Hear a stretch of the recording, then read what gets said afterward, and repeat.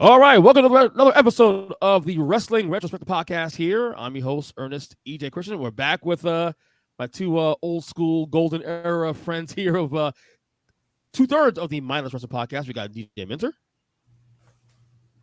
Sir, thank you for having me. And we got Rob Bonnette, who I think we he and I podcast like once every 2 weeks now, at least. and I ain't complaining. I love it. Trust me. So anyway, today's episode, as we continue this journey, I decided to go through. I want to go through 1988. It is 35 years since 1988, and I want to go through what I consider my. If I told folks what is my favorite thing about the WWE material, or maybe to me more than WrestleManias, more than SummerSlams, or Raw, SmackDown, my go-to for all time, 40 plus years of wrestling, is the Saturday Night Main Event. From 1985 to 1992. So I want to go through all the 1988 episodes at some point. So why not start with the first one, 1988? When Ronald Reagan was president, actually. 88. What the hell are you guys doing in 1988, man? I was turning 8, actually. What were you guys doing in 1988 when we got started? January of 88, I was in high school. God, so age. I was, let me see. I was in 8th grade. Yeah, I was going to be going to high school in the fall. So you're older than Rob. I am. I turned 50 in September in about 5 weeks. And Rob, you're about a year away from that, right? Or maybe I turned 50 in May. So you took a couple months off. I'm the baby. I'm 43 years old. Yeah. Not really, but before we get started, we're going to start with the first episode of 1988. That is the on Peacock, of course. First, it's season 4 of episode 1 of Saturday Main Event. We need to pause this podcast first to get there. Do so. Otherwise, a couple of stats here. We get started. This show was originally taped on December 7th, 1987, from the Capitol Center in Landover, Maryland. That's actually in Rob's neck of the woods, if I'm not mistaken. Yes. Yep. It used to be the old basketball and hockey arena, and it was also where we had high school graduation. We got to walk through the tunnel. Oh wow, that's cool. Oh wow. So okay. Imagine me being a wrestling fan walking through a tunnel while they're playing Pomp and Circumstance. Think about that. Savage. That's incredibly cool. We got 4 matches here we'll be watching together. We have the WWE Tag Titles on the line, 2 out of 3 falls between Strike Force of Tio Santana and Rick Martel versus the Bolsheviks with the Dr. Style Slick by his side, which I say is my favorite manager of all time. We got Jake Roberts versus Sika. Of course, that's the father of Roman Reigns, if I'm mistaken, right? Yes, you're correct. That's right. Yeah, with Mr. Fuji by his side. We have, of course, the big one, the WWF Championship on the line between Hulk Hogan and King Kong Bundy, which is actually a rematch from the last Saturday Main Event in 1987, November, where Bundy actually beat Hogan by count out because Bobby Heenan got involved in that match, of course. With Andre, though, this time at ringside. Andre the Giant. And then, of course, the last match will have Coco Beware against Greg Valentine with Jimmy Hart at ringside for Valentine. So the next hour, we'll be watching all these matches and having some commentary and some discussions and all that. So again, is episode 1 of season 4 of Saturday Night Event, January 2nd, 1988. Fellas, ready to go? Ready to go. In 5, in 4, 3, 2, and 1. I love these old vignettes, man. Jake Roberts. Oh yeah, man. By the way, this is babyface Jake Roberts now at this point. Yes, and look, I was the biggest Jake mark there was, man. Mm-hmm. The psychology, he got the psychology of wrestling more than else. These vignettes, feel, face, and Jake the Snake was a top 5 dude back in the day, easily. Look, here's a funny story. A guy who worked at the arena looked just like him. So whenever we went there, people would always just rib him about that. Rob came on my wrestling podcast last year. And I did a topic called heel versus face. And maybe one of the things I do on this show with you guys. And we were discussing, we brought up Jake Roberts on one of my selections, heel or face. And we both said heel, but we also agreed that it's a lot closer than we've got it for. Babyface Jake Roberts is almost as effective as heel Jake Roberts. Absolutely. Yeah. We were just talking about Jake Roberts I was just recording an episode with some friends before I came on here, and we were talking about Jake the Snake Roberts, and one of the guys on there made a really good.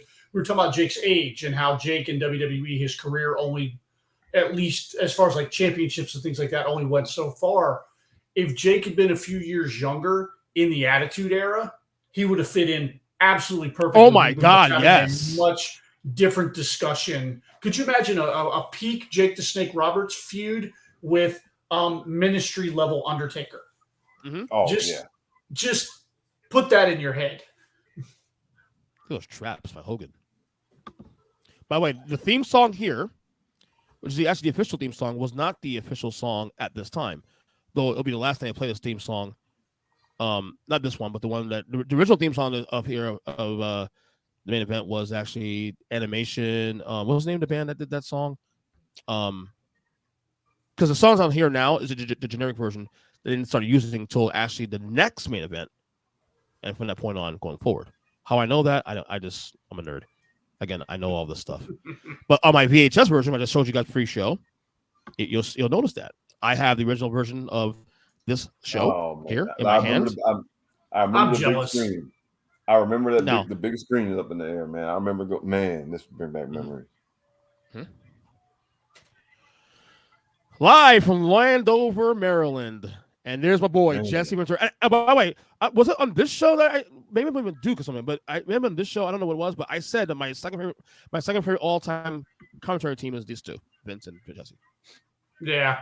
I love listening to Jesse give it to Vince. And this is before I knew Vince was the boss.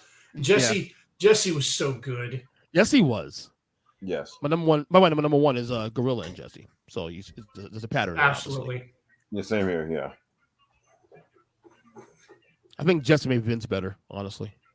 He did. He kept Vince on his toes because I don't think Jesse, obviously Jesse probably followed a script, but it didn't.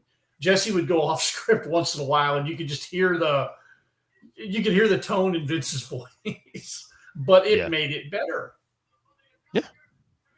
I think I literally watched this show for Jesse at this point because he's just that damn good. Is that a green screen though? Is that at the arena? You think? I'm pretty sure that's green screen. Yeah. Okay. There's Hogan working out. Hogan doing some squat-ish type things. This is actually now, folks who are watching the Roman Reigns, watching current wrestling and watching Roman Reigns' current title run. Right here, we're looking at the very end of Hogan's title run because a month later he'll lose his title. Yeah. This is the build up to Hogan and Andre Part 2. We'll see that later on, of course, in the show. Those fucking traps, though, surreal, though. Yeah, this dude was so jacked back in the day. Steroids. Oh, yeah. Steroids and cocaine, my friend. Yep. I miss Gene Okerlund, man. Gene Okerlund was amazing, too. You talk about guys that make wrestling special for me as a child. Obviously Ventura, Mean Gene Okerlund, Howard Finkel, those guys. Mean Gene was like the voice of our childhood. Yes, and back then, he was just an announcer guy. But when you think about it in hindsight, he really was something special. Yeah, he really was. The Doctor's style. Now, when I wrestled, when I was doing the management thing, Slick was one of the guys that I was he that I.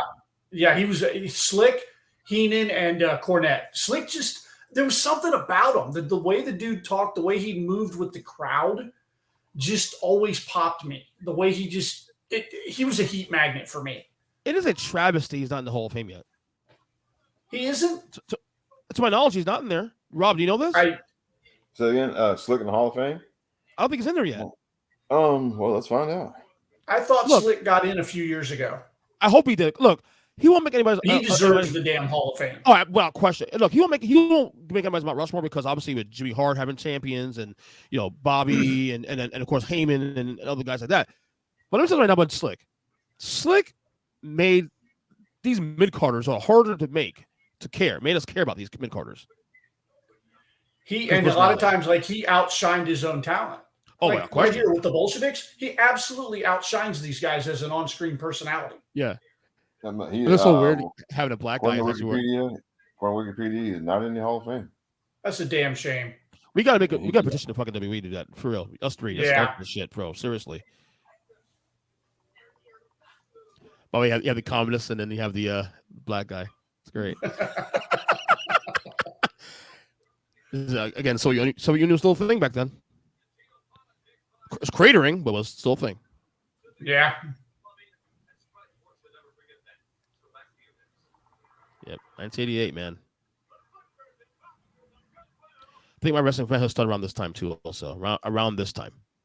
Yeah, so I've been watching for quite a few years, but yeah, I think like Rob, Hogan in WWF was not my first wrestling promotion. I grew up on NWA, WCW, right? And the AWA, we had Florida Georgia Championship Wrestling, down here. Dusty was my first baby face. Look at Slick. Look at that guy. Finkel. Yeah. This is like my style. I always say that this era is my security blanket. This is like if I'm bored, I have nothing to do in the house on the watch. Throw on some Sunday main event. Just pick the year. I almost always pick anything from 87, 88, and 89. Those were peak WWE years. 90 was pretty good. By 91, they were starting to for me, I graduated in 91. And like I was telling the guys on the last podcast I was on, my life as a wrestling fan took a hard left. Suddenly I was 18 years old. I was too cool for school. I kept up with it peripherally, but I tuned out largely by 91. So this is 2 out of 3 falls. They're showing it right now when the Strike Force won tag titles from the Hart Foundation here in November '87. I know injury was why they broke up. Why they stopped in '88 later on. They did lose Demolition at WrestleMania 4. But I'm surprised they didn't keep this team together. They were really good together.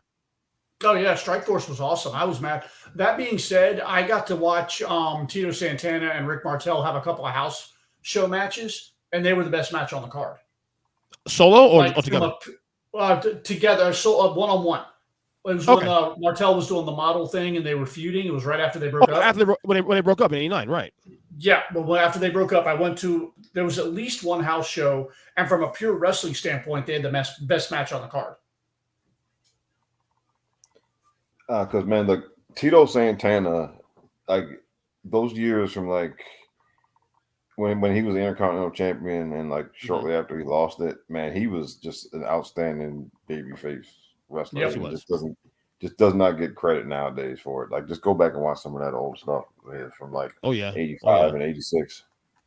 And even in, post that, too, he was still pretty good. I mean, he wouldn't be treated as much because he was treated not a jobber, but close enough to where you felt like, okay, well, this guy's a former IC champion, former tag champion, and he's losing to Warlord and these guys regularly. I get why they were doing it. But he slid into the Ziggler role. Yes, that's a perfect. He was the Dolph Ziggler of his era. I get why they were doing it, but man, yeah, he was the gatekeeper for the younger time. Because at this point, Tito was probably just south of 40 at this point. Really? Is that old? So, yeah, Tito was. I'd have to look at when he was born, but I'll do right now. Hold on. I want to say by 88, he was at least in his late 30s. Okay, let's look it up right now. So right now, Tito Santana is 70 years old. If you reverse the 35 years, he's 35, right? Okay. Yeah.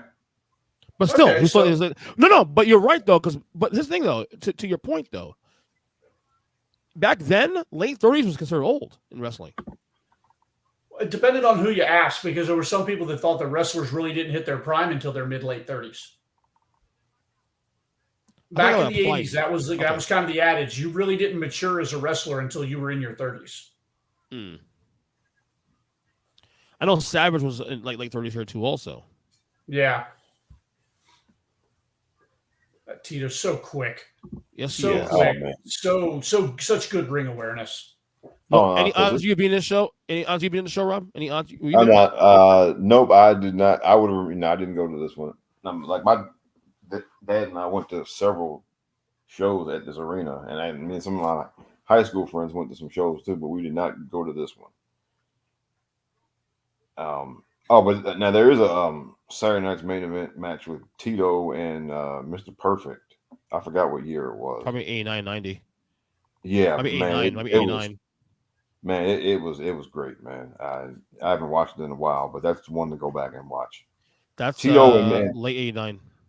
Tito and Mr. Perfect, they had great just chemistry together in the Oh, ring. question. Yes. Oh man, Was Tito an AWA guy? yeah, he was one of the.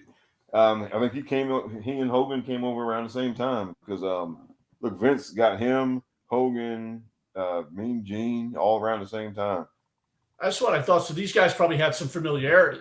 You know, Mr. Mr. Perfect and there's a show in one of the old archives on Peacock here with Hogan and Tito teaming up. I think it's in the AWA. yeah. Don't ever see Tito Hogan team up with Survivor Series 90. That's it. Or it was him, Yeah, Warrior, and Tito. They teamed up like in the AWA, I think. Oh, that's cool. And, that's cool. Oh no, there's one. There's a cage match with Tito and Bruno. I think it was Bruno's last Garden main event. It was him and Tito against I think Savage and I forgot who it was. But oh man, that was such a fun match. Yeah. I watched that on YouTube about a year or so ago. It was a lot of fun. Yeah. And man, look, I just absolutely love the way Bruno finished cage matches. Just beat the guy up and leave. Yeah, I mean, yeah. He would just beat the shit out of the guy, then he just wait for all right, open the door, I'm done with this guy. And then Jesse's favorite referee of all time, Joey Morella. Oh yeah.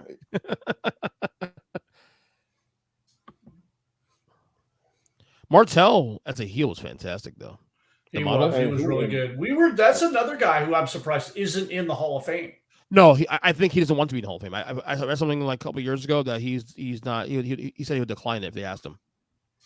Is there heat there, or is he just not? No, I just think he's over the business. Yeah, that's what I read anyway. That's fair. Yeah, that's what I read anyway. But doesn't mean one change his mind. Look, I saw a picture of him recently. He looks great. He's fantastic shape. Yeah. He's healthy. I haven't seen a picture of him at all. Yeah. He was Andre's driver, too, if I'm not mistaken. Andre Giant's driver at one point. Was he? I believe he was, yeah. Well, something like that. And look, Martel was one of those guys you never would have thought would have made a good heel. Because it was just... Oh, dude, that model run, dude, was fantastic. Again, and I think Rob and I was discussing on a pod, in the past. Rick Martel's why mid-card matters. Yes. Like I was just as much as invested in Hogan and Warrior and Savage top of the card. Back then too, especially I was invested in Jake and Martel and these mid card guys too. They made their feuds matter. As much of a fan as I was of Hogan and Savage and all the main event guys, I thrived on the mid card matches. Tito Santana was my first Intercontinental champion. As a kid. And I always loved the mid card, the Intercontinental, the secondary titles. Always, in NWA, we had the World Television Championship, we had the U.S. Championship. Those were always my favorite guys. Mm-hmm. So Strikeforce takes the first fall. Correct. Yeah. Yeah. Because of both. And it's just, I mean, like we're missing somebody like Jake Roberts today. Somebody who he's in the mid card. He did mid card feuds. He had great mid card feuds. I mean, all this stuff with Rick Rude and with DiBiase and Martel later on. Those were all great mid card feuds. And I will say, LA Knight Miz potentially could be that first, in a long time, great mid card feud that we can actually sink our teeth in, where these guys are not only good in ring but also promo wise. Yeah. Yeah, and because I remember Miz and Dolph Ziggler was a great one. Mm-hmm. But I think we need more of that. It's just a problem with fans nowadays. I'm going to bury fans. You beat me to it. What we need are fans that appreciate it. Why can't the Miz and Dolph Ziggler just go out and have a good program that doesn't revolve around the title or anything like that? They just go out, cut good promos, have good matches. There's a home for that if you appreciate it. All these people say they like good wrestling, but then you give them good wrestling, and because it's not for a world championship, it's suddenly not good. I can tell you why that is the case, though, is because a lot of these fans look at everything as a title or bust. Like either you're Roman good or you're Seth good or nothing at all. And like if you build a wrestling company, you need those mid carders to matter. That's how you build cards. Yes, and because like because people now that Chad Gable's getting some traction here, you see some people saying, "Well, he needs to be getting go to the title program. He needs to be No. But I can see no. I can see him winning U.S. title down the road or Ice title down the road, but not against Gunther, of course. But down the road, be in the picture. It's like him and Otis and Maxine have a really good, entertaining act going. Right? Yeah. And he still gets his, and Gable still gets his great matches in, still. I mean, on TV and even at house shows and whatnot. I mean, if you just sit back and appreciate the work that he does in the ring, he gets that stuff in. Well, Rob, you shared something with me earlier today. It was Eric Bischoff talking about LA Knight. Eric was talking about his experience in WWE. And he said what WWE does is they really don't rush anything. I was like, okay, LA Knight's hot right now. But is LA Knight going to be hot in 6 months, 9 months, a year? There's no reason. The guy's 40. So what? There's no reason to pull the trigger on that right now because like Eric says in this interview, he's like, and then what? You pull the trigger on LA Knight, you put the world championship on him, then what? You just took all the money out of the bag. Right. The only thing I will say about LA Knight that, and it's funny, Rob actually discussed on my podcast last week. If you were going to put him in a top picture, if hypothetically you would look at him as a future world champion, the one thing that works against him right now is his age. That's the only thing that works against him in terms of a slow build, I'm saying, is his age. Now, that being said, I'll ask you the question, DJ. I know how Rob feels because Rob said it on my podcast. I even put it as a clip on my YouTube page. Check it out, guys, of course, my YouTube page. Do you see LA Knight at some point world title guy, whether it's next year or 2 years from now? Could you envision him as a world title guy? I see a scenario where it can happen. But do you see it though? Not even a scenario. Yes. Do you see him? Okay. Yeah, I see it. It's one of those things where we've got a foreign object. Yep. And Zukov hit with the Slick's cane, and the Strikeforce are going to win this 2 straight falls. Yeah, like a Slick. But yeah, I can see it. I think they're gonna. WWE knows what they've got. But if they don't, totally okay. I can't see a scenario where he beats Roman Reigns or Seth Rollins or Cody. Oh, he won't beat Seth. He'll beat the guy who beats Seth. True. But I will say my position on this for a couple of weeks now, a couple months, I say, is that LA Knight. I'm not saying that you can't elevate LA Knight at some point down the road, but for the next year or so, I'm okay with him being right where he is. He makes the mid card matter. He might be right now the most important mid card wrestler on that roster, based on the pop he's getting right now. Run that for a little while. Jason talked about that a couple weeks ago. He said, okay, so LA Knight's in some of your favorite segments on Raw right now. All of a sudden, you put him in the main event scene. Who fills that slot? Who fills the void that LA Knight leaves on your TV? Yeah, he's still going to be doing some of that stuff, but it's not going to be the same. Now he has a more important role. Somebody has to slide into his. Exactly. And I'll talk real quick. Hold on. This Mr. Fuji and Seek. Again, folks, acknowledge him. That is the Tribal Chief's father. Okay? That is his father. And Roman must look like his mama. Go ahead, Ron. Go ahead. Say? This is some stereotypical ass shit right here. Oh my God! Yeah, this is very. Oh my God! Good Lord! Real quick, we turn to the early night conversation. Mr. Fuji, again, another guy not really anybody's Mount Rushmore, but he's got to be top 10 all time guy, right? Top 10? He is. We were just talking about him too. He's a 3 or 4 time former WWF tag team champion with 2 different partners. Yep. There's Jake. That mullet. Oh my gosh, the mullets were so good back in the day. Oh yeah. Yeah. That's Damien. Oh, look at Gene Oakland's his hand shaking. Look at the little things. The little things, dude. The little things, man. This is genuinely terrified. Yep. Oh man, because Jake recently told a story about Savage when before they did the angle where the snake bit him, Yeah. and he did like a perfect Randy impersonation. Just talking to him, but like, hey man, you sure that thing, that's been defanged and all this stuff? Yeah. So Jake was a babyface here, but he still had a little bit of heel tendencies. Like he'll get like Gino worked up with the snake. Yeah. Well, because basically, I mean, Jake was one of those guys that, I mean, they turned him babyface because they had to. He was too cool. He was for so people undeniable. Yeah, like like him, Savage, and and Road Warriors were the same way. Wrestler, what was that? Jake is on the Mount Rushmore of important mid-card guys. Yes, without question. Without question. What's called slow build? This is the way you do it. Watch him. Yeah, look, he might be. I mean, if Jake very well might be the best mid-card WWF wrestler, period. Yeah, at least from this era. And I'll tell you what, not all time. Right, Robin. To your point, if the U.S. title existed back then, I could see him probably being a U.S. title champion at some point.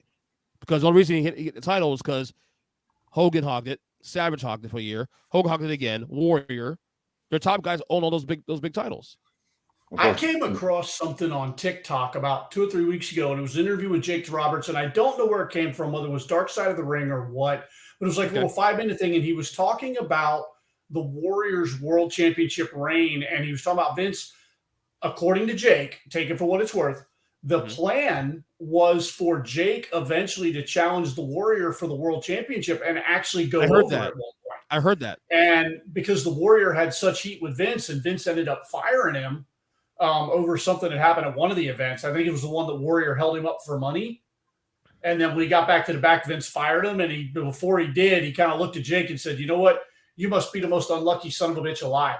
Because in dumping the Warrior, that pretty much derailed any chances of Jake even making it into the main event scene, let alone, capturing a world heavyweight championship. So to your point then, so Warrior was champion from Mania 6 in April of 90 to January Royal Rumble in 91. Okay. Right. He gets fired at SummerSlam the day after SummerSlam in the same year, 91, August 91. Yes. Yeah.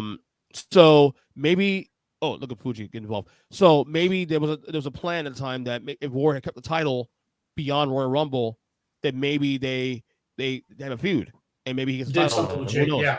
Right. Because Jake also turned heel again that same year. Yes. That summer. And I think that was actually part of that whole plan, and they just went ahead and moved forward with the Jake heel turn. Because Warrior and Jake did feud that summer, actually. They did. A small little feud, because that involved the Undertaker as well, too. The Undertaker feud with Warrior in May of that year merged into the Jake feud, which also merged into Jake's feud with Savage at some point down the road. Yeah. So it's kind of a bridge situation. So Jake could be right there. I'm not saying he's, I don't know if he's being telling the truth or not, but the timeline does match up. What he's saying. Because he also, I remember him saying that they actually shot an angle with him, like attacking Hogan, and they were.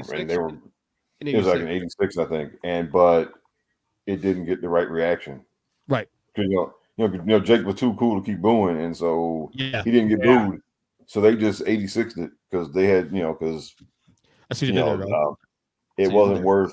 Oh yeah, that was good. Did you write down your own? Yeah, that was totally unintentional. But basically, from the way Jake told it, and actually this I tend to believe him because it makes sense. Mm-hmm. They had so much invested in Hogan, they couldn't afford to spoil that by putting him in some angle where where the heel wouldn't get booed. So Jake and Hogan were going to feud in the '86, and Jake got babyface cheers. So they just burned the tape. We're not doing that. Yeah, and then what happens? They end up turning Jake face at some point. Not immediately, but they slow burned it to some degree. I remember they did. Go figure. The last Saturday main event from '86 was Savage and Jake. Both guys were still heels, actually, technically for the IC title. But you can see Jesse starting to make some comments here, and Jake's getting more reaction. By the time we get to Mania 3, Jake is pretty much a full-fledged babyface. Yeah. Him and Al Scooper together, of course. So You DDT. can't give a guy snakeskin boots and a real snake and think that's not going to be cool. Look at that Fuji cell. Look at Fuji cell. Incredibly cool. He's hoping the fucking ring. The guy that trained me, Cliff Anderson, used to sell like that. He would take a face bump and he would sit there and hump we used to rib him about that. My God. And then one night, my first match, that motherfucker was so pissed at me because I took a bump and I took a face bump and I started humping the mat.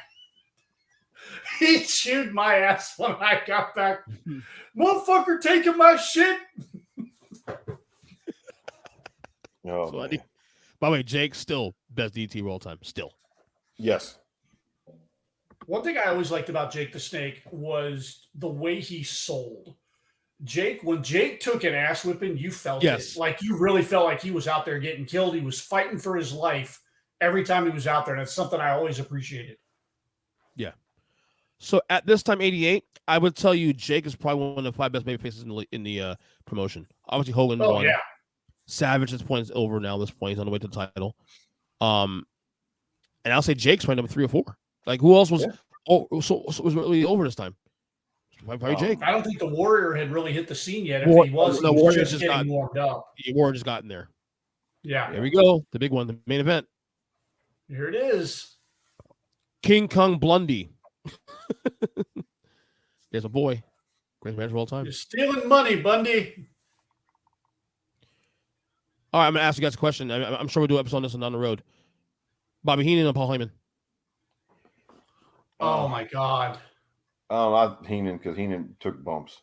Heyman never took those kind of bumps. Heenan was a worker before he was a manager.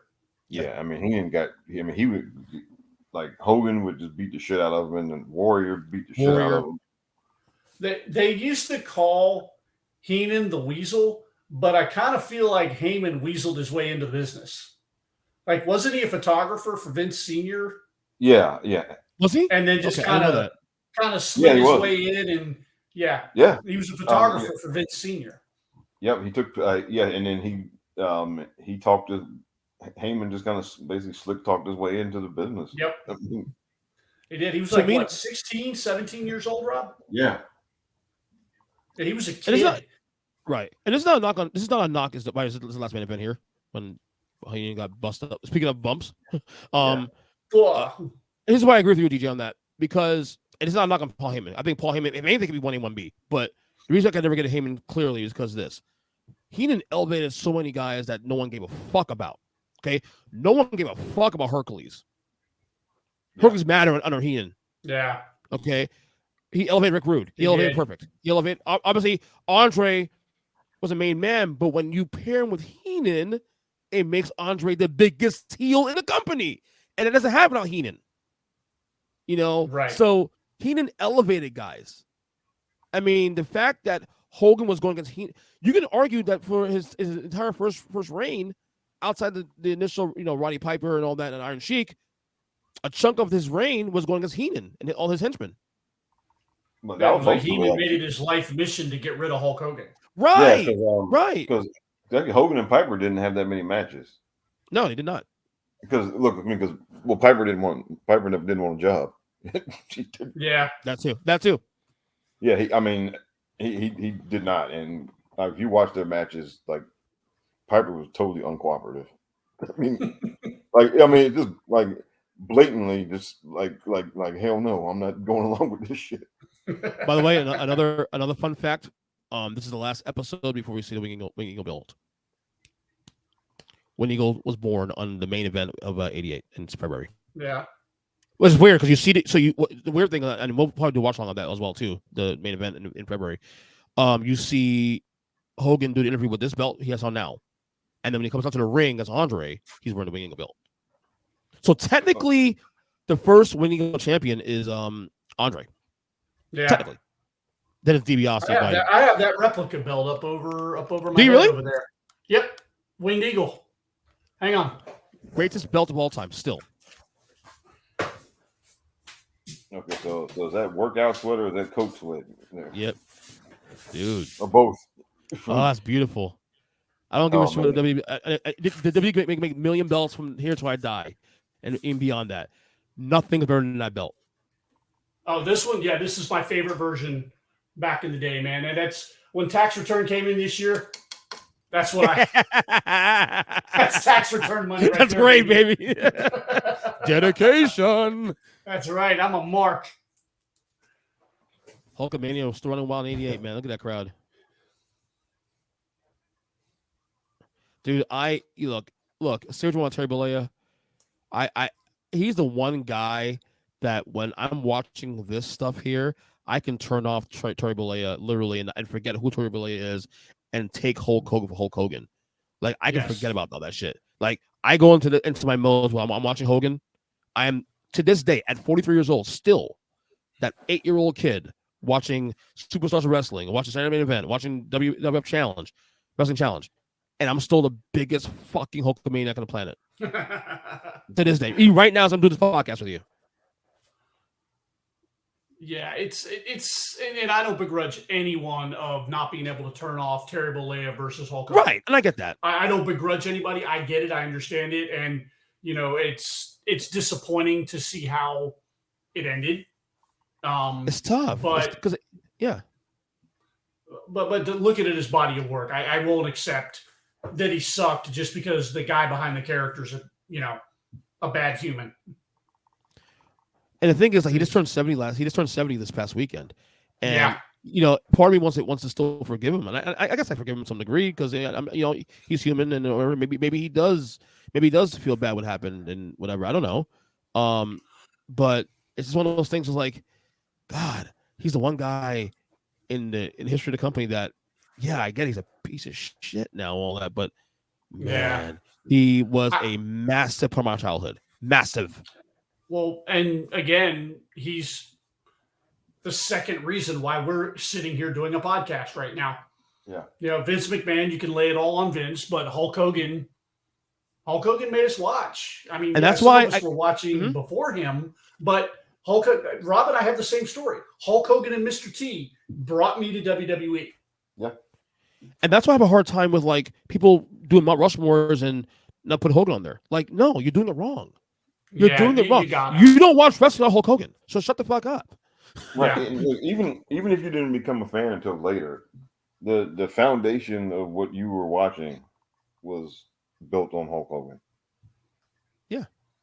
I mean, if this era does not succeed, then there is no Attitude Era. There is no John Cena later on or whatever, because like this had to succeed, because otherwise, I mean, wrestling would have gone the way of roller derby. Right, and this was built around Hulk Hogan. It wasn't just like, okay, Vince, okay, here's wrestlers, good luck, let's see what happens. No, it was built around WrestleMania was built around the Hulk Hogan name. Yeah. Yep. Which is why he was standing in the ring at the end of like the first 9 of them. Right. Yeah. I mean, that wasn't by accident. I mean, there will always be a part of me that wishes and hopes that this guy would just offer up like a genuine apology. Yeah. Like instead of that shit he put out right after, I was like, I'm sorry I got caught. That's not an apology, boss. I guess honestly, I don't care. Like look, I have no problem. I will watch this here. And if Terry Bollea comes out on Monday Night Raw in 2023, then I have no problem just changing the channel until he's done. I don't, I honestly, I'm,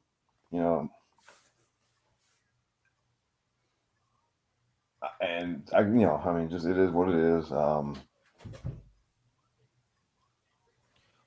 Let's have another call quick. Go ahead, Rob.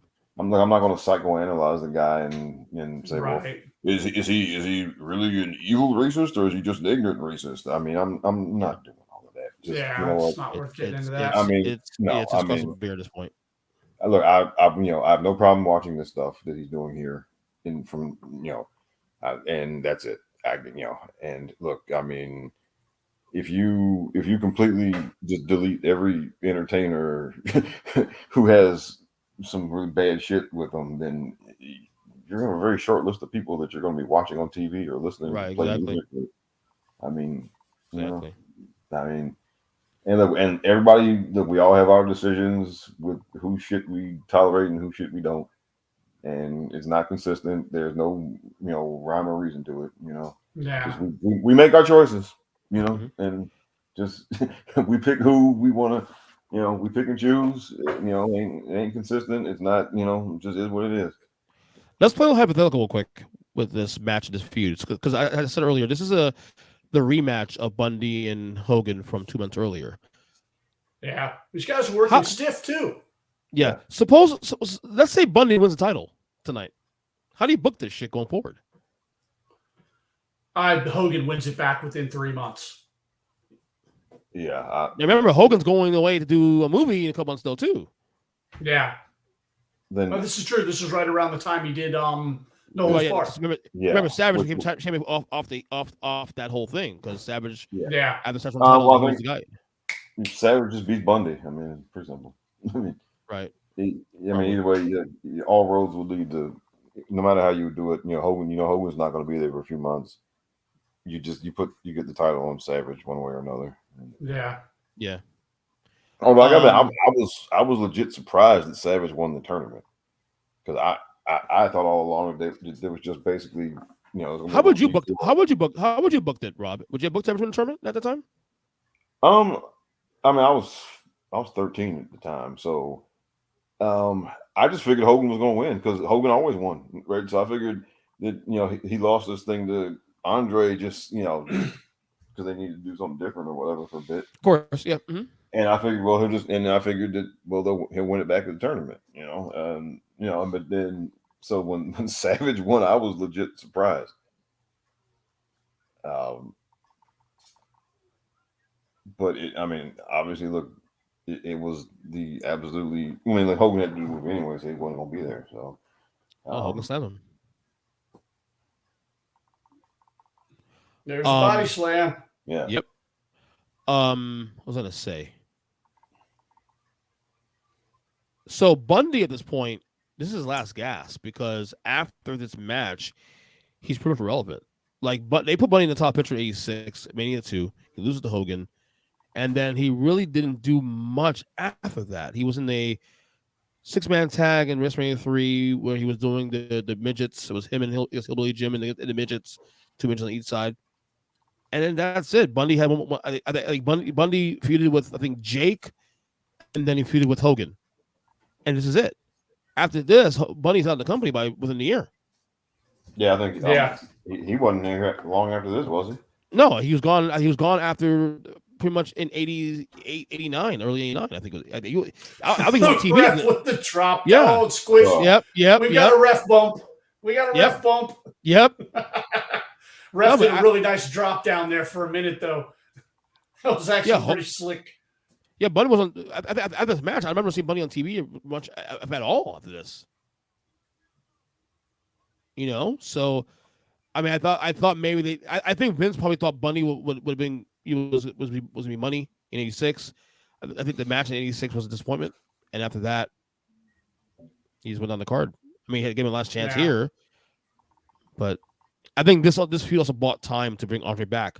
So the Andre, because after this point, Andre is back in the picture again. Because remember, Andre did WrestleMania 3, and then he wrestled again to Survivor Series, and then, of course, the main event match in '88. So, disappointing career for Bundy. I'll be honest with you. He did come back in the mid '90s, of course. He did briefly. Yeah. That was forgettable, of course. Now, if you want to see something, I think they have some of the old World Class Wrestling episodes on Peacock, and Bundy had hair. Yeah. What? Oh yeah, man. Yeah, he had hair back in like 82, 83. Yep, Bundy did. Bundy had a full head of hair. Better bald. He's better bald. I can see right now. He's better. He looks good bald. The refs being carried out in a stretcher. The ref doing a stretcher. Look at that. That's like an old school. That's like some Boy Scout gimmicked stretcher. For real. Oh man, that's funny. Oh, Vince, this was before the big budget stuff. Yeah. He didn't have the Briscoe body shop to get him a used ambulance. Actually, this match has been pretty good. Yeah. I think this is better than so- the first one in '87. The one before this one. This is better. Absolutely. Now I watched the cage match from WrestleMania 2. I watched that thing like a million times. Oh yeah, that's a great one. How recent did you watch that one though? It's been. I mean, I've watched it a long time, but when back around the time it happened, I think I had it on VHS or whatever, and I watched. Yeah, I watched that. I think I may have had that on a Coliseum home video. And man, You guys remember that? Oh yeah, I remember. Oh yeah. I own some videos up here of Coliseum home video. Mine have been scattered to the winds over the years. Mm-hmm. I lost a bunch of them too, also myself. So, in fact, the tape I showed you, I had that's part of my whole. When I built back my collection in the mid-2000s, that's what was part of my whole thing. I was going to traders. Okay, I'll buy that from you. I'll buy that from you. And see, and look, I always look. People need to watch. If you want to learn how to work, then this is the type of stuff you should be watching here. Because I mean, the way that they bought time and ate up the clock when they needed to, and the way Hogan would sell stuff, and the way he would milk the crowd. Well, to your point, Roman's a throwback to that. Roman's matches are the same way. They'll throw back to this era. Like, you want to see Roman Reigns in the comp of Roman Reigns? Watch Hogan. Yeah. The only difference is that one's a heel, one's a face. That's it. Yeah. And and if you ever watch like some of those old, the old Ric Flair matches where he would go 40 minutes and just the way that he would eat up time. Yeah. Yeah.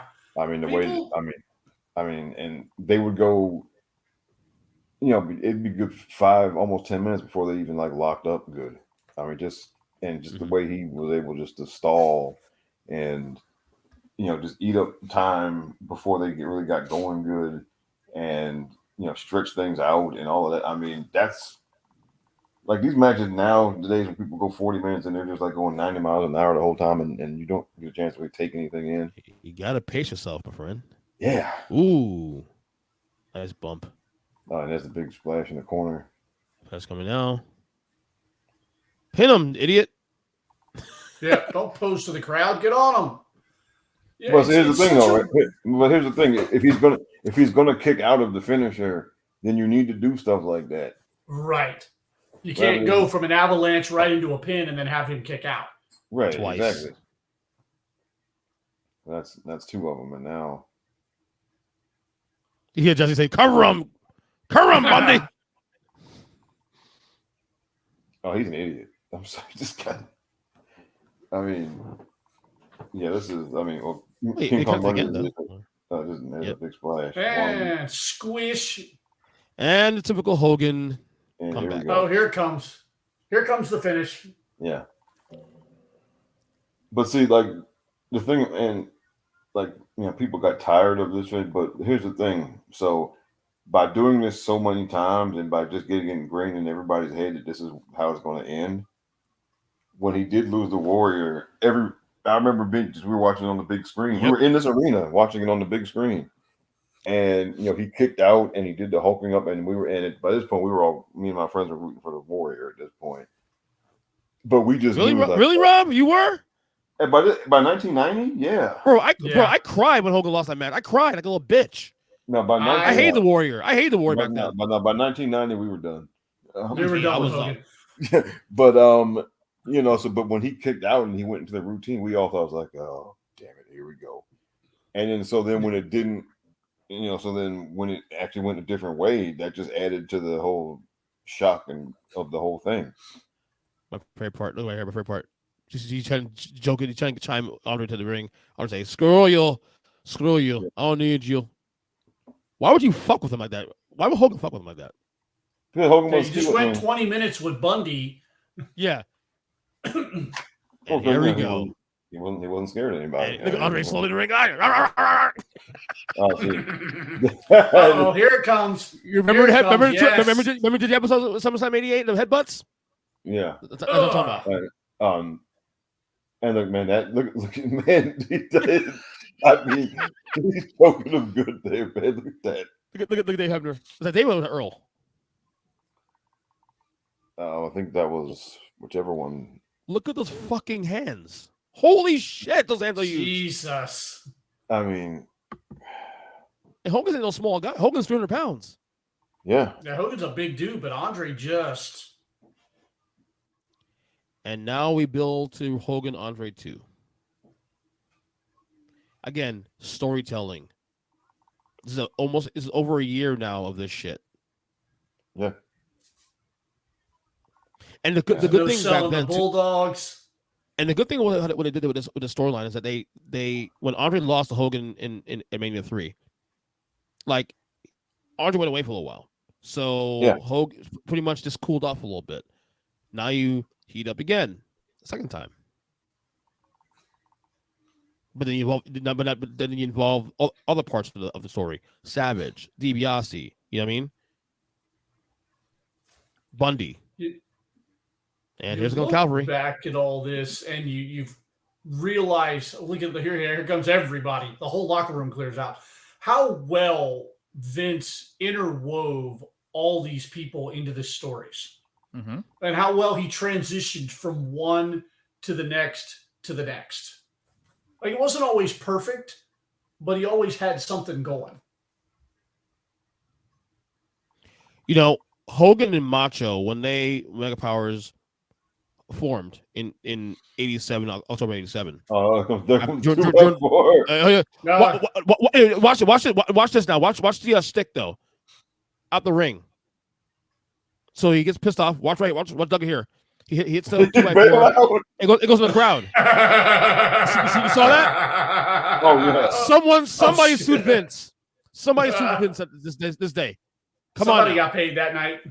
Yeah, that's like when he ripped the car door off and just chucked it. I think when he destroyed that car. And who's your champion now? They had a situation like that. Undertaker cracked Big Show over the head with a bat one time, and a big chunk of the head of the bat flew into the crowd. Andre was so badass, man.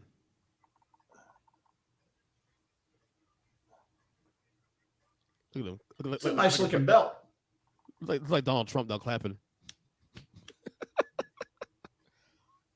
not a fan of that belt, actually, DJ, to your point.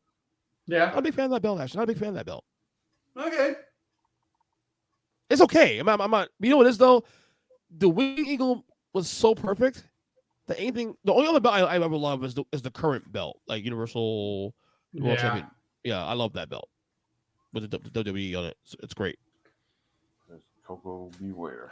One more match, guys. All right. Jimmy Hart. He's definitely Mount Rushmore of managers. He's definitely Mount Rushmore. Yeah. You talk Heenan. You say Heenan. You say obviously Heyman. Jimmy Hart's number 3. Think about the amount of champions he had.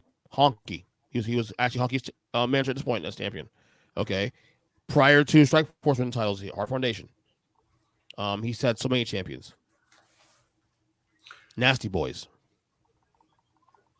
I always got a kick out of the fact that Jimmy Hart spent his WWE career trying to destroy Hulkamania to go to WCW, and he's Hulk Hogan's manager. Yeah.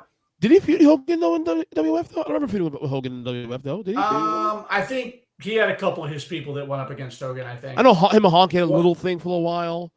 I think his big one was Earthquake, wasn't it? Yes, that's the one. That's the one. No, you're right. No, that's the one. No, you're right. You're right. You got him over too. Yeah.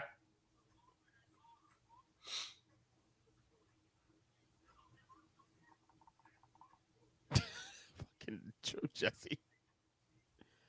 That's your future governor of Minnesota.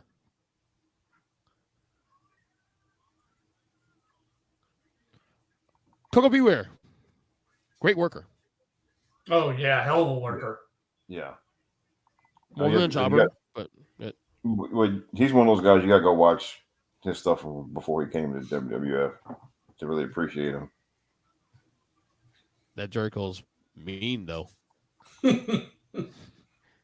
Look at the Jacksons. Like, don't stand too close to the lights there, Coco. Yep.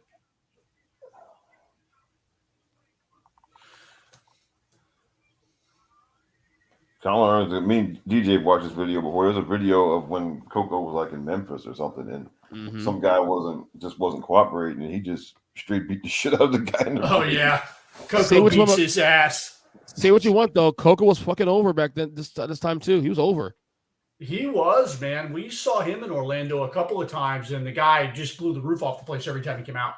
He's another one that I never understood. I mean, I get it, given the time and things, but he's another guy I never understood why they never at least put the Intercontinental Championship on him for a spell. Well, I think just with that gimmick, it just wasn't going to happen. Well, number one, right? To your point, number one. Number two, again, not many titles to go around. You know, today the WWE have more titles around. Back then, you had there's three. You had the world title, IC title, and the tag team titles. That was it. You know. Yeah. That poor bird. Yeah. Frankie, right? Yep. Yeah. This is fun. I love doing these watch alongs. This is so much fun. Yeah, I'm sure Frankie was just like, man, get me the hell out of here. So true. Polly won a Valium. Yeah.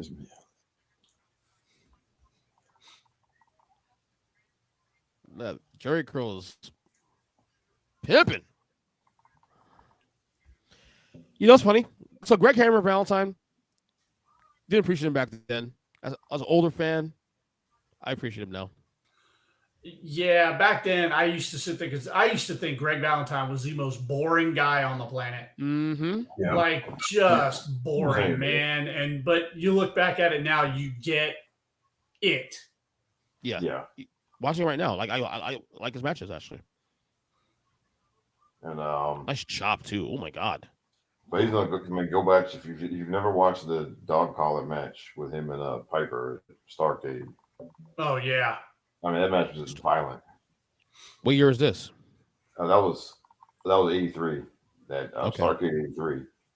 It's on Peacock, but it's go. I mean that's a match to go back and watch because it was. I need to one day go through. I need to go through the old WCW NWA material from way back when. Seriously, like I know I've watched things in the past, like you know, like I'm talking like even like the early '90s stuff before Hogan got there. I know some classics there, of course, man. But God, some of their best wrestling was during the biggest downtime of the company. Yeah, like when they had Pillman and Austin and Arn was still active and Ric Flair was still young enough to go. But that little period right before Hogan came in, there's some really, really good wrestling. I actually enjoy that period. 92, 93 WCW. I enjoyed that actually. Yeah. I mean, there's so much stuff there that and like we watched a couple of those matches with Austin when he was, stunning Steve Austin, and just to watch him work back then. I mean, a lot of it too. Also, a lot of those guys left Vince in 1991, like Rick Rude left there, Jake Robertson. So, and then once Jesse went there too, it was like, okay, that's why I started to pay attention to this a little bit because like some guys I enjoyed in WWF and I'm going to WCW. It was like, okay, let me check this out a little bit. And I actually enjoyed some of the stuff there. That's something that fans really take from themselves when they do this, WWE versus AWE or AEW thing. You can watch both. You can enjoy both. We did it back in the day. And you know what? If your favorite WWE wrestler goes to AEW, follow them over there. If they go to Impact, follow them over there.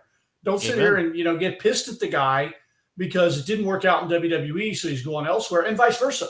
When people come over from AEW, because eventually the tide is going to shift.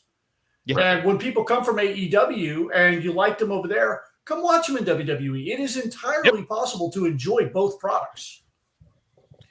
Yeah, I think Cody going to WWE now made me appreciate Cody more. I remember I didn't watch Cody when he was in his first incarnation because I stopped watching for 17 years.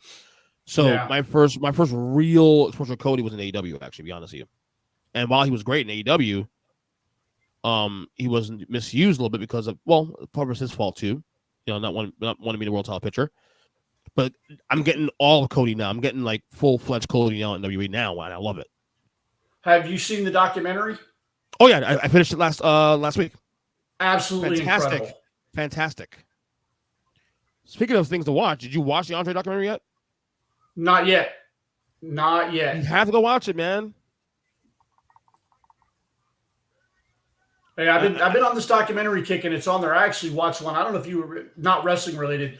I know we talked. You turned me on to the hair metal one from the LA Strip, the 3-parter. I want to run. No, that was somebody else. I'm sorry. No, that wasn't me. I talked to you about that. You told me about that actually. Yes, yeah. There's one on Paramount Plus on Ronnie James Dio. Is it that's absolutely friggin' incredible. Incredible. I watched it the other night. Great vocalist. Ooh. Oh yeah, he's on my Mount Rushmore rock vocals. Oh yeah, it's Freddie Mercury. It's Chris Cornell. It's Dio. But this is when Beefcake's getting over now. Beefcake's starting to get over now at this point now. Yeah, this was actually a really good feud between him and the Hammer. Like, I never really cared much for the Hammer matches, but when he feuded with Beefcake, I watched it. I thought it was a lot of fun. Yeah, and he went from that to Honky. Yeah.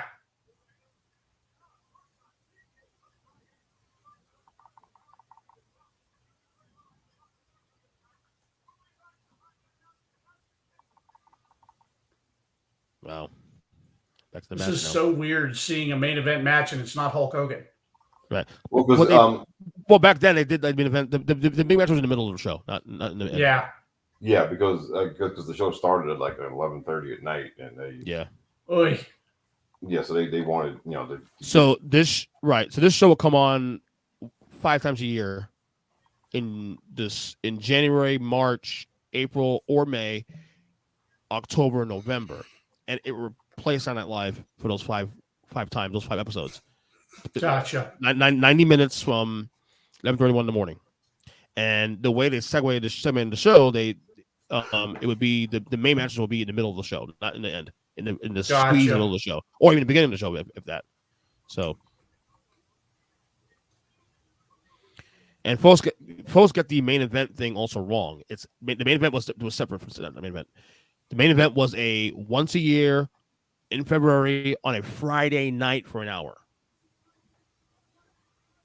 It's actually, even though it's bundled with the SNMEs, it's actually a separate. Yeah. Okay. Yeah. So that's called main event. Which I'm sure we'll watch that soon. Because we're gonna get the build to Hogan Andre, and then of course Savage's. You talking about Flair bumps? Oh yeah, there it is. There's the Flair face bump. Yeah, Valentine did the same thing too. Valentine was known for that shit too. I think like they were tag team partners way back in the day. Who's that? Bruce and no, Flair. Flair and Valentine. Yeah. Were they really? Yeah, back in the old NWA, yeah. Oh wow, I didn't know that. Yeah, it's time for a deep dive for me for the NWA and WCW. Yeah, go back and watch it, man. I mean, I started watching like the the World Championship Wrestling show from like the first episode that they have on the Peacock, and it's fun. It's a nice little throwback when it was still a studio show, and it's fun to go back and revisit that. You can't reach him. Coco's got little hobbit arms. He can't reach. Yeah, you can't reach him. Look at Jesse's punk. Not Jesse. Jimmy Hart's punk ass. God, I hated Jimmy Hart. Probably for all the reasons I was supposed to, but God, I hated him. Super nice guy, I heard though. Super nice guy in real life. Yeah, he does a lot of charity work and things like that. Yeah. The only time I cared about Valentine was when he feuded with Ronnie Garvin. Oh yeah, that will come later. Actually, during next year, of course. Yeah. There's Brutus. And I go Beefcake now. Come on, Brudai. Yo, that motherfucker was reckless with those shears, though. He really was. Yeah, like that was dangerous. Yeah. You should not be chasing people with those things. Mm-hmm. Runs with scissors. Coco got him. Uh-oh. Nope. Oh, no, Bruce back. Oh, you ain't going anywhere. Cut his hair.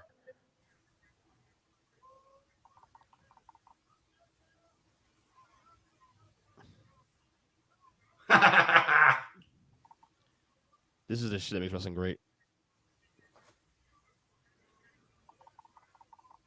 Oh my god! Seriously. And see, this is another thing. You know, I'm going to complain about modern day wrestling here. Mm-hmm. You know, they don't properly cut people's hair anymore. You know? Rob's a big fan of the hair. Well, no, if you're going to do a haircutting thing, then you need to now. I mean, you know, they cut a few strands off of somebody's hair. Mm-hmm. You know, back then, you know, you're supposed to cut up a lot of it, or just shave them, and then, you know, then I mean, the best one that he got, I think Bruce gave was Outlaw Ron Bass when they had the blow-up feud on Main Event January of '89. Bruce won that match, and then he cut shaved all his hair, like bald. Yep. Yeah. I tell you what, the build up to that was violent. When, absolutely. When Ron Bass cut him up with the boot spur. Mm-hmm. Yeah. Crazy. It was so censored. It was so censored, but that you can still see it. Like, I don't get that. Yeah. It was censored, and you censor it. You don't fucking put X over it. All right, here's a replay of what happened early tonight with Andre and Hulk. Hellbat in the back of the head. Look at fucking Andre, dude. What a badass. I mean, that dude just had huge hands. I'm telling you, bro. Oh, you can't even see Hogan's neck. He just completely covered his neck up with his Just hands. meat hooks. Look at Andre sweating from head to toe. Last podcast I was hosting before I came on with you guys, somebody brought up, could you imagine peak Andre the Giant versus this now Brock Lesnar? Oh my god! Oh, yeah, and I mean Andre when he was young and he could still move and everything. I think that'd be a hell of a good. Do you think Brock could F5 him? Without a doubt. I don't know. You think so? Okay. Without a doubt. I'm sorry. After he got almost up. Yeah. He F5'd Omos. The dude could F5 Andre. Not Andre 500 pounds. I don't think he's doing that. But Andre like peak athleticism. Yeah. Yeah, probably before this.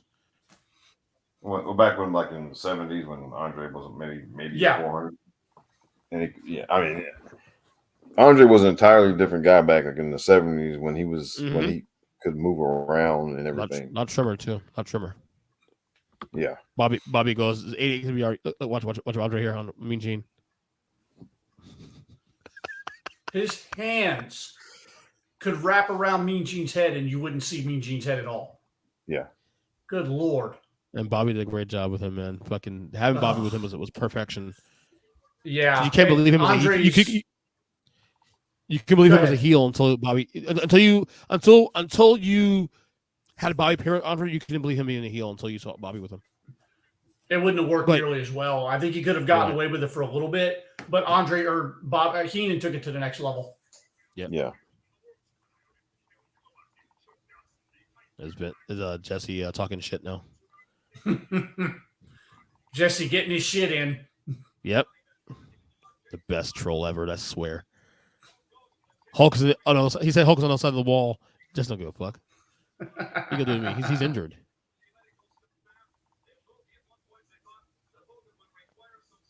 Look at Jesse's his face. He's wiping away the tears.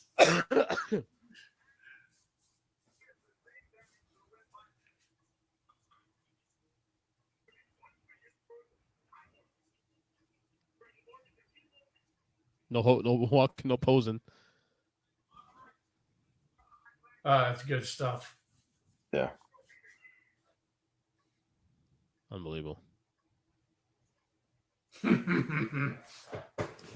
Good stuff, guys. I love this stuff, man. This is Happy New Year, 1988.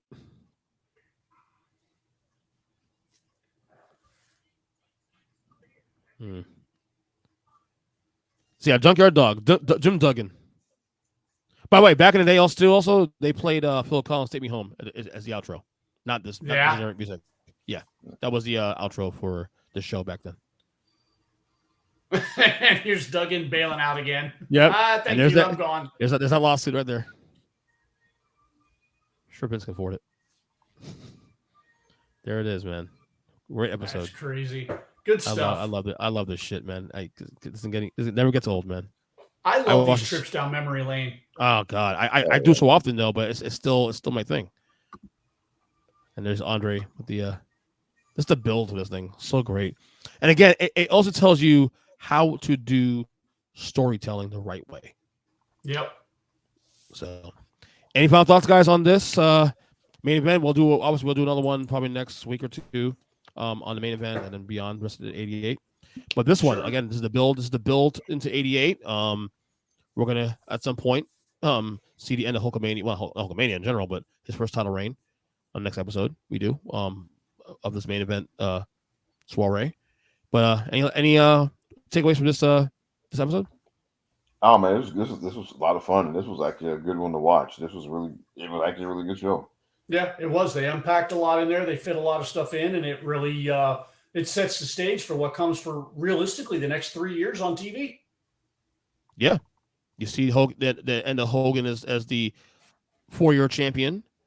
Obviously, the space there'll be room for Savage and all the guys on the road, and as to your point. So yeah, I mean, this is the setup here. So again, like I said, it makes you appreciate real, subtle storytelling. I guess this is what we didn't have. Cable was barely a thing at the time. I mean, we didn't have Raw on TV every Monday. This was spaced out, man. So anyway, to tell the story when they could. Absolutely. All right, boys, plug away. What you got? Rob, go ahead. Well, so you can hear me and DJ as always, along with Jason, on the Mindless Wrestling Podcast every week on the Chairshot Radio Network. And you can hear me on my own thing, the Rob and Genius Podcast, every 2 weeks. All right. DJ, anything else? I'm with Rob on the Mindless Wrestling Podcast. You can find me on Twitter at the Mindless Pod. We also have a YouTube channel that we rarely post to. If you can look up the Mindless Wrestling Podcast on YouTube, we put some outtakes and pre-show huddles and things like that on there. If you want to check that out as well. Those are fun. There's a one to do with Jason thing about a year ago. That's really funny. There's a couple of classics on there. Yeah. Oh yeah, because we unloaded on CM Punk, which is funny now because now he's gotten all three of us to begrudgingly take his side and all of this stuff. Yeah. Yeah, it's weird. I'm telling you. Good job, guys, as always. Hey, thank you for having us. Yeah, thanks, Absolutely. man.